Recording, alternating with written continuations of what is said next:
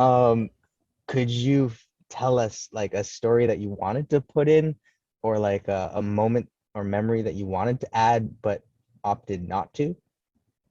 Yeah, there were a number of memories that I had written about my Canadian family, but at some point decided to remove them. But Mm, more interestingly, I think there were moments originally I had hoped to present the book as a novel or at least creative nonfiction. So a story based on fact, but with fictionalizations mhm, within it or more apparent fictionalizations. And the reason I wanted to do that is because I think that a lot of adoption stories focus on adoptive parents, mm, namely white adoptive parents. Second behind that, at least in terms of Korean adoptees like myself, focus on adoptee perspectives, but very few texts are written from or center or celebrate first parents and particularly birth mothers.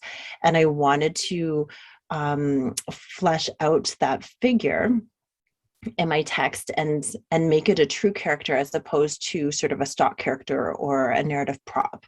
mm, And so there were sections that I had written that were in the third person that were sort of centering her experience. I didn't want to write in the first person because that would be extremely appropriative and not my place to say. mm. But they were sort of third person, more ephemeral and abstract sections that were sort of about a history of my life before I existed. That were some of the experiences I had learned that my mother had had, or that my father had had even, but they ended up being removed from the final draft, more because of aesthetic reasons. My editor just felt that they felt more contrived and unnatural in the text, not because of political identity Yeah. issues or anything or ethical issues. But yeah.